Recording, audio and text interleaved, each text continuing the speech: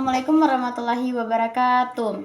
Perkenalkan, nama saya Nurhayati 2 dengan NIM 2023 011 08 00094. Saya akan menjelaskan materi pembelajaran verbal. Pertama, saya akan menjelaskan konsep dasar pembelajaran verbal. Pengertian pembelajaran. Pembelajaran adalah perpaduan dari dua aktivitas, yaitu aktivitas mengajar dan aktivitas belajar. Aktivitas mengajar mengangkut peranan seorang guru dalam konteks menyampaikan atau menjelaskan terjadinya jalinan komunikasi harmonis antara pengajar itu sendiri dengan si belajar ataupun si siswa. Ada 4 kategori kondisi motivasional yang harus diperhatikan guru agar proses pembelajaran yang dilakukan menarik, bermakna, dan memberi tantangan pada siswa. Pertama, attention ataupun perhatian adalah perhatian siswa didorong rasa ingin tahu. Jadi, siswa itu jika seorang guru memperhatikannya, maka rasa ingin tahu siswa itu sangat tinggi. Kedua, relevation ataupun relevan atau kita kenal dengan relevansi adalah menunjukkan adanya hubungan antara materi pelajaran dengan kebutuhan kondisi siswa. Artinya relevansi ini adalah hubungan timbal balik antara seorang guru dengan siswa. Ketiga, confidentiation ataupun kepercayaan diri, yaitu merasa diri kompetensi atau mampu, merupakan potensi untuk dapat berinteraksi secara positif dengan lingkungan. Terakhir, kepuasan. Keberhasilan dalam mencapai tujuan akan menghasilkan kepuasan dan siswa akan semakin termotivasi untuk mencapai tujuan. Materi kedua ataupun poin kedua yaitu pengertian pembelajaran verbal. Pembelajaran verbal adalah suatu proses pembelajaran yang berfokus pada pemahaman dan penggunaan bahasa secara lisan maupun tulisan.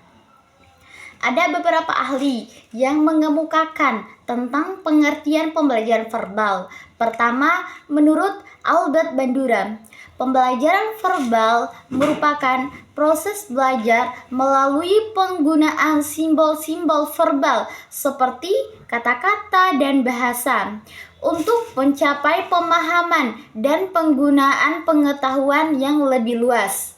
Kedua, menurut B.F. Skinner, pembelajaran verbal adalah pembelajaran yang melibatkan penggunaan penguatan atau hukum verbal untuk mempengaruhi perilaku dan membentuk pola-pola dalam penggunaan bahasa. 3. Menurut Lev Vygotsky, pembelajaran verbal adalah proses pembelajaran dimulai dari bahasa memiliki peran serta dalam mengkoordinasikan dalam menghubungkan konsep-konsep dalam pemikiran seseorang, baik dalam komunikasi dengan orang lain maupun dalam dialog internal dengan diri sendiri. Jadi, pengertian pembelajaran verbal merupakan beberapa situasi pembelajaran di mana tugas-tugas yang membutuhkan orang yang belajar untuk merespon materi, bahan-bahan verbal seperti kata-kata atau menanggapi dengan respon verbal. Pembelajaran verbal juga merupakan proses yang kompleks yang terdiri dari pemecahan masalah, berpikir, dan rumusan konsep dan juga melibatkan aktivitas kognitif. Selanjutnya, metode pembelajaran verbal. Pertama, metode latihan. Metode ini merupakan metode penyampaian pembelajaran melalui kebiasaan-kebiasaan. Dalam metode pembelajaran ini, pengajar memberikan latihan-latihan kepada peserta didik untuk mengetahui proses, tujuan, fungsi, manfaat, dan kegunaan sesuatu. Metode latihan ini bertujuan membentuk kebiasaan atau pola yang doministik pada peserta didik.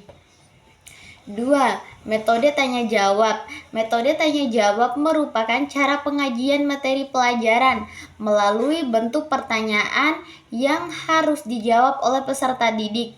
Metode ini dikembangkan keterampilan mengamati, introspeksi, mengklarifikasi, dan membuat kesimpulan tentang pelajaran yang sedang diajarkan. Metode ini bertujuan untuk memotivasi anak untuk mengajukan pertanyaan selama proses pembelajaran. 3.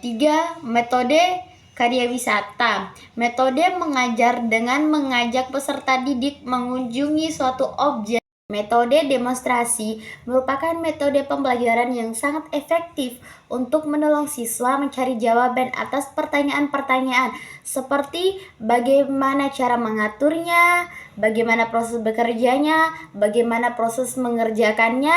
Demonstrasi sebagai metode pembelajaran adalah bila mana seorang guru atau seorang demonstrator, orang luar yang sengaja diminta atau seorang siswa memperlihatkan kepada seluruh kelas suatu proses, misalnya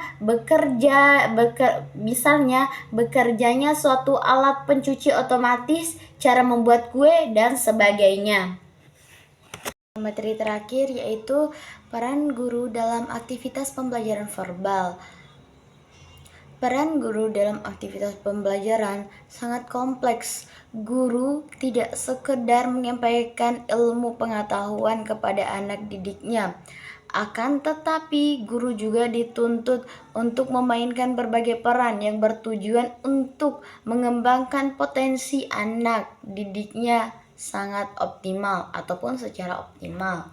Pertama, guru berperan sebagai korektor. Guru berperan menilai dan mengoreksi secara hasil belajar, sikap, tingkah laku, perbuatan siswa baik di sekolah maupun di luar sekolah, sehingga pada akhirnya siswa dapat mengetahuinya. 2. Guru berperan sebagai inspirator. Sebagai inspirator, guru harus dapat memberikan inspirasi atau ilham kepada siswa mengenai cara belajar yang baik. 3.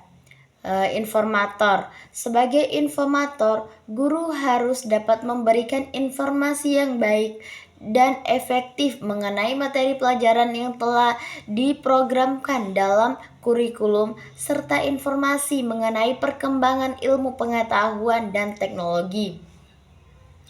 4. Organistor.